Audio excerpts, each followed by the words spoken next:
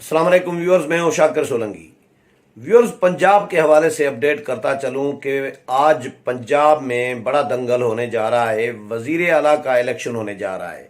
आप में से हो सकता है बहुत सारे दोस्त ये सोच रहे हों कि इजलास तो 16 अप्रैल को है, तो आज कैसे होगा, हो गया इंतखाब कैसे होगा। तो मैं आपको अपडेट करता चलूं कि रात 12:58 पे पंजाब असेंबली का इजलास बुला लिया गया है। और ये इजलास जो 16 अप्रैल को बुलाया गया था, सारा दिन शाम को ये खबरें चलती रहीं कल कि इजलास 16 अप्रैल को बुला लिया गया है। और लेकिन रात को लेट नाइट जो है ये खबर आई कि जी इजलास आज होगा शाम को 7:30 बजे, आज यानी 6 अप्रैल 2022 को। तो परवेज इलाही साहब वजीर आला के उम्मीदवार हैं, जो को स्पीकर हैं पंजाब असेंबली के, और हमजा शहबाज नून लीग के और मुत्तहिदा अपोजिशन के उम्मीदवार हैं। मुकाबला तो है, लेकिन पोजीशन जो बताई जा रही है वो हमजा शहबाज की ज़्यादा मजबूत है। हमजा शहबाज क्लेम कर रहे हैं कि 200 से ज़ायद हमारे अरकान हैं जिनकी जो हिमायत है MPAs की मुझे हासिल है, क्योंकि जहांगीर तरीन ग्रुप और अलीम खान को ग्रुप जो है वो आपको पता है कि वो पहले ही परवेज इलाही की हिमायत न करने का फैसला कर चुके हैं और हमजा शहबाज की हिमायत का फैसला कर चुके हैं।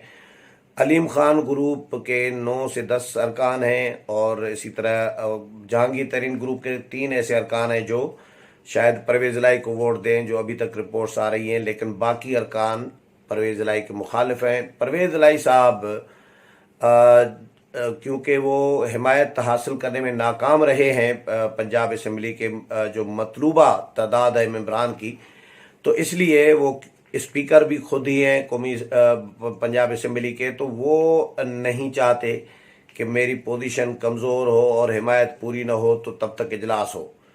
इसलिए इजलास को मौखर किया जा रहा है। तो सुप्रीम कोर्ट में केस अलग चल रहा है। ये पंजाब असेंबली के साथ भी लिंक कर रहा है सुप्रीम कोर्ट में, जो डिप्टी स्पीकर कासिम सूरी की रूलिंग का मामला है, जिस पर अपोजिशन के वकला तो दे चुके हैं दलाइल। आज हुकूमती वकील दलाइल देंगे, लेकिन इसके साथ एडवोकेट जनरल ऑफ पंजाब उनको भी कल भी वो पेश हुए थे, कल भी उन्होंने कुछ दलाइल दिए हैं। आजम नज़ीर तारड़ नून लीग की तरफ से उनके साथ काउंटर दलाइल में थे। लेकिन आज दोबारा सुप्रीम कोर्ट ने एडवोकेट जनरल ऑफ पंजाब को जो है दोबारा तलब किया है और आज वो दोबारा पेश होंगे। कुछ और भी दस्तावेजात जो मतलूबा मुतल्लिका डॉक्यूमेंट्स हैं उनके उन समेत। तो पंजाब असेंबली का केस भी चल रहा है, लेकिन पंजाब में ये खदशा जाहिर किया जा रहा था कि खान साहब जो हैं, इमरान खान साहब, जो भागे हुए वजीर आज़म जो है, इस मुल्क के पहले वजीर आज़म है जो मुल्क से यानी वो जो इक़्तिदार से भाग गए हैं, हालात से भाग गए हैं, मैदान से भाग गए हैं। मुल्क में तो मौजूद है लेकिन मैदान छोड़कर भागे हैं और विक्टिम भी उठाकर भागे हैं। आखिरी गेंद तक लड़ने के ऐलानात करने वाले इमरान खान साहब, अपोजिशन के जो कायदीन हैं, बिलावल भुट्टो जरदारी ने भी यही जुमला कहा, मौलाना फजल रहमान ने भी यही जुमला कहा। उससे पहले मैं पहले दिन ही वीलाग में कह चुका था कि खान साहब आखिरी गेंद तक लड़ने के दावे तो कर रहे थे, लेकिन वो आखिरी गेंद से पहले विकेटें उठाकर ही भाग गए हैं।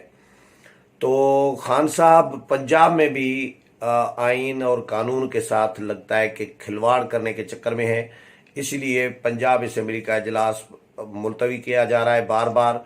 कल इजलास 16 तक रखा गया और फिर रात को लेट नाइट 12:58 पे नोटिफिकेशन, मेरे पास नोटिफिकेशन की कापी भी आई हुई है। दोस्त मोहम्मद मजारी जो डिप्टी स्पीकर है पंजाब असेंबली के, उनके दस्तखत हैं, उनके नाम से है, दस्तखत भी किया हुआ है। लेकिन एक कंप्यूटराइज्ड एक ड्राफ्ट बना हुआ है, लेकिन उसमें जो तारीख और डेट और दिन के खाने थे वो खाली रखे हुए हैं। वो कोई परमानेंट टाइप एक बना हुआ है पेपर, तो उसमें पेन से ही उन्होंने 6 तारीख लिखी है, 7:30 आज शाम को 6 अप्रैल 2022 को पंजाब असेंबली का इजलास तलब किया गया है। तो वहाँ पर हालात ख़राब होने का भी खदशा जाहिर किया जा रहा है। मीडिया को पहले दिन जो इजलास बुलाया गया था, जो मुलतवी किया गया था, मीडिया को भी जाहिर पाबंदी सख्ती की जा रही है कि मीडिया भी ना हो, और ताकि वो अपनी मनमानी कर सकें। लेकिन अब तो मोबाइल हैं सबके पास, मीडिया कैमरा मैन अगर हमारे नहीं होंगे मीडिया के, तो मोबाइल हर MPA के पास होता है। कौमी असम्बली में भी वो वीडियो बन जाती हैं, नून लीग के और पीपल्स पार्टी के अरकान बना लेते हैं। तो पंजाब में भी ये हो सकता है। तो मीडिया को अलाउ करें न करें, लेकिन हालात तो बाहर जो भी सूरत हाल अंदर, अगर इन्होंने कोई गड़बड़ का प्लान बनाया है, क्योंकि परवेज लाई साहब, मुझे ये समझ में नहीं आ रही कि वो स्पीकर हैं खुद और वजीर आला के उम्मीदवार हैं। अगर वजीर आला के उम्मीदवार के तौर पर वजारत आला का इलेक्शन वो उनको हारने का थोड़ा सा भी डाउट होगा, तो वो क्यों इलेक्शन लड़ना चाहेंगे या क्यों इलेक्शन कंडक्ट कराना चाहेंगे? वो तो जीतने के लिए और वजीर आला बनने के लिए उम्मीदवार खड़े हुए हैं ना, क्योंकि अपोजिशन तो पक्का पक्का उनको बनाना चाह रही थी। लेकिन परवेज लाई साहब ने अपना फैसला मुनिसलाई के कहने पे कहा जा रहा है कि कर लिया, और चौधरी शुजात हुसैन को भी कोई लिफ्ट नहीं कराई, उनकी भी नहीं मानी। हालांकि सारे फैसले चौधरी शुजात हुसैन साहब करते रहे हैं, और तारिक बशीर चीमा और चौधरी शुजात हुसैन के जो फर्जंद हैं चौधरी सालिक हुसैन रुकने कौमी से मिली हैं, तो उन्होंने तो इमरान खान के खिलाफ अपोजिशन को वोट दिया। तो परवेज लाई साहब बहरहाल अपने बेटे के साथ चले गए इमरान खान के कैंप में, रात को आसिफ अली जरदारी के साथ मिले हैं, मुबारकबाद दी है और मिठाई खिलाई है। सुबह को जो है वो चले गए हैं इमरान खान के पास। तो इस सियासत पे, ऐसी सियासत पे लोग बड़े बड़े तबसरे कर रहे हैं और मज़ेदार तबसरे कर रहे हैं। मैं तो इसमें क्या कहूँ, लेकिन चौधरी परवेज लाई साहब को अगर थोड़ा सा भी डाउट होता कि मैं हारूंगा, तो मेरा नहीं ख्याल कि वो असम्बली का इजलास बुलाएंगे। या तो बंदे पूरे कर लिए हैं परवेज लाई साहब ने, जिसके इम्कानात कम मुझे नज़र आ रहे हैं, क्योंकि जो नंबर गेम है पंजाब की थोड़ी बहुत जो मेरे सामने आई है, तो उसमें तो हमजा शहबाज की पोजीशन मजबूत बताई जा रही है। तो परवेज लाई ने फिर 16 अप्रैल को जो इजलास बुलाया गया था, वो हंगामी तौर पर कैसे बुला लिया?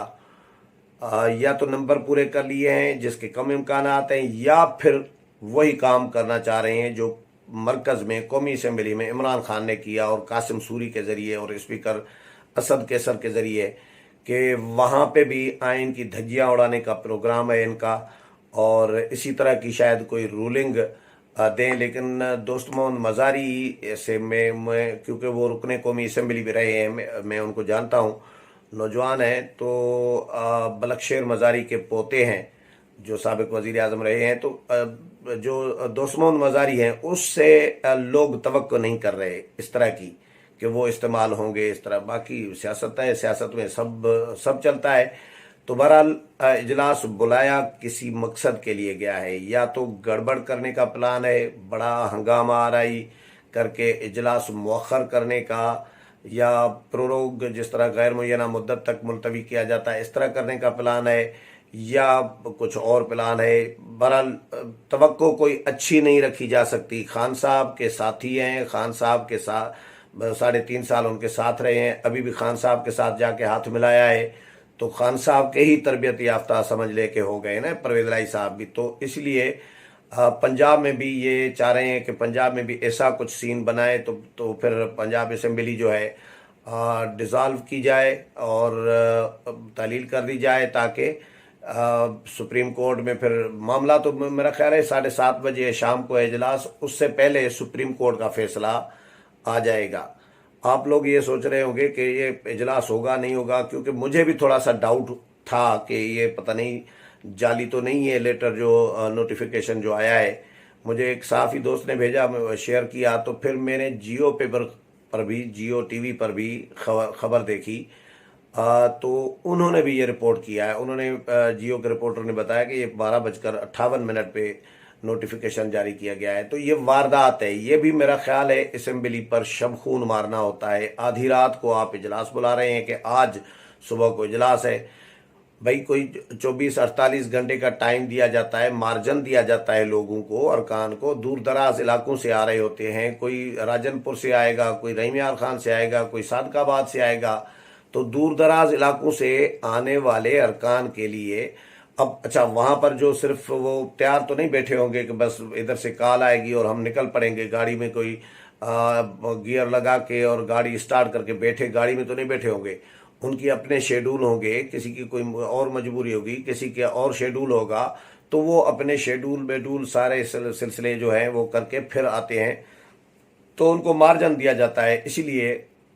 लेकिन यहाँ पे कोई रिवायत नहीं है। खान साहब मरकज़ में भी, कौमी असम्बली में भी यही कर रहे होते हैं कि असद कैसर रात को 11 बजे, 12 बजे, 10 बजे इजलास बुला लेते हैं, नोटिफिकेशन जारी करा देते हैं कि जी सुबह को इजलास है। अब कराची का बंदा या कोयटा में बैठा हुआ शख्स या गवादर का रुकने कौमी असम्बली, वो कैसे सुबह को पहुंच सकता है? कहीं फ्लाइट होती है, कहीं नहीं होती, कहीं टिकट मिल सकती है, कहीं नहीं, फ्लाइट में टिकट नहीं होती, कहीं से जहाज आता है, कहीं से पैदल आना पड़ता है, बाय रोड आना पड़ता है, जहाज नहीं आता। तो फिर अरकान इतने मुख्तसर शार्ट नोटिस पर कैसे पहुंच सकते हैं?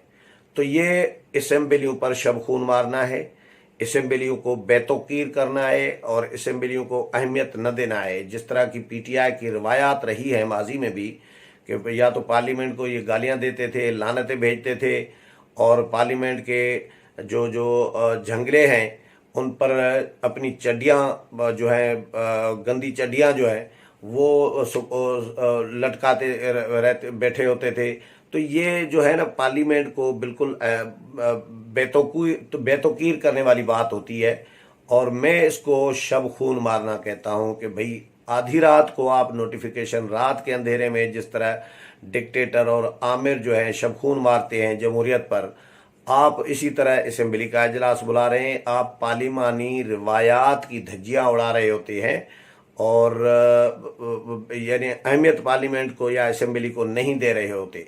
तो खान साहब और परवेज इलाही का प्लान कल क्या है? खान साहब तो जाहिर है परवेज इलाही को वजीर आला बनाना चाह रहे हैं। पहले परवेज इलाही पंजाब के बहुत बड़े डाकू थे खान साहब की नज़र में। खान साहब ये अलग ऐलान कहते रहे हैं कि ये परवेज इलाही ये पंजाब का सबसे बड़ा डाकू है, और उसी डाकू को अब जिसको जो वजीर आला बनाना चाह रहे हैं अपने वोटों से, और जो वोट जो नहीं देना चाह रहा इनकी ही पार्टी का, क्योंकि पीटीआई तो पंजाब में तितर बितर हो चुकी है। अलीम खान ने जो परसों धुआंधार किस्म की तकरीर की, उन्होंने तो धज्जियां उड़ा कर रख दी हैं खान साहब की, उनकी जमात की, उनके उस्मान बुजदार की, पूरा कच्चा चिट्ठा खोल कर रख दिया है। तो अब वो वोट नहीं दे रहे तो वो भी गद्दार करार दे दिए हैं खान साहब ने कि जो परवेज इलाही को वोट नहीं दे रहा वो गद्दार हैं सारे। तो पीटीआई ने, खान साहब ने ये गद्दार तो करार दे दिया, लेकिन खान साहब ने अपने बंदे जो हैं, अपने अरकान जो हैं वो नाराज कर दिए हैं। अपनी पार्टी को खान साहब ने डैमेज किया है, अपने ही साथियों को गालम गलोच करके किसी को शोकाज नोटिस जारी कर रहे हैं और किसी को ज़मीर फरोश करार दे रहे हैं, किसी को गद्दार करार दे रहे हैं, किसी को बिकाऊ करार दे रहे हैं, तो किसी को बददुआएं दे रहे हैं कि भाई आपको आने वाली नस्लें माफ़ नहीं करेंगी, आपको आपके बच्चे नहीं आने देंगे घर में, आपकी फैमिलीज आपको आने नहीं देंगे। तो ये इस तरह की बदकलामी, बदजुबानी और जो गालम गलोच, बददुआएं और ये जो इस तरह का सिलसिला है खान साहब का, इससे लोग और बदजन हुए हैं खान साहब से। और जिस तरह अलीम खान ने कहा था कि भाई जो आपके मोहसिन थे, ये खर्चा खुर्चा करने वाले, ये एटीएम मशीनें थे। अलीम खान और जहांगीर तरीन खान साहब की एटीएम मशीनें करार दी जाती थी। और अलीम खान ने खुद कहा है कि भाई फलां जलसे का खर्चा मैंने किया, यास्मीन राशिद को आपने लड़ाया और उनके इलेक्शन का सारा खर्चा आपने इनसे कराया। तो खर्चे जिनसे कराते रहे हैं उनको ही जेल में भेजते रहे हैं। अलीम खान भी जेल काट कर आए हैं, और जहांगीर तरीन के हवाले से भी जाहिर है इंक्वायरी रिपोर्ट्स ये वो उन्हें मुलविस करार दिया गया है, उन पर भी मुकदमात एफआईए में, वो भी अदालतों के चक्कर काटते रहे हैं। तो खान साहब को कल प्रॉपरली अलीम खान ने आईना दिखाया है। तो बहरहाल देखते हैं कि खान साहब के पास और परवेज इलाही के पास पंजाब में मतलूबा वोटों की जो तादाद है वो तो नहीं है। जब वो नहीं है तो इसका मतलब है कि वो आज जो इजलास बुलाया गया है इसमें कोई गड़बड़ करने का प्लान इन्होंने तैयार किया है। लेकिन उससे पहले हो सकता है कि सुप्रीम कोर्ट का आज कोई फैसला आ जाए। पंजाब के हवाले से भी अगर सुप्रीम कोर्ट का कोई फैसला आ गया तो फिर हुकूमत, फिर जो पीटीआई है और काफ लीग या परवेज इलाही और इमरान खान फिर शायद कोई गड़बड़ न कर सकें। लेकिन देखते हैं शाम तक क्या होता है। इस हवाले से मजीद जो भी अपडेट आती रहेगी वो भी आपके साथ शेयर करूंगा। मेरे प्रोग्राम पसंद आया होगा, अगले प्रोग्राम में फिर मुलाकात होगी। तब तक इजाज़त चाहता हूँ। अल्लाह हाफिज़।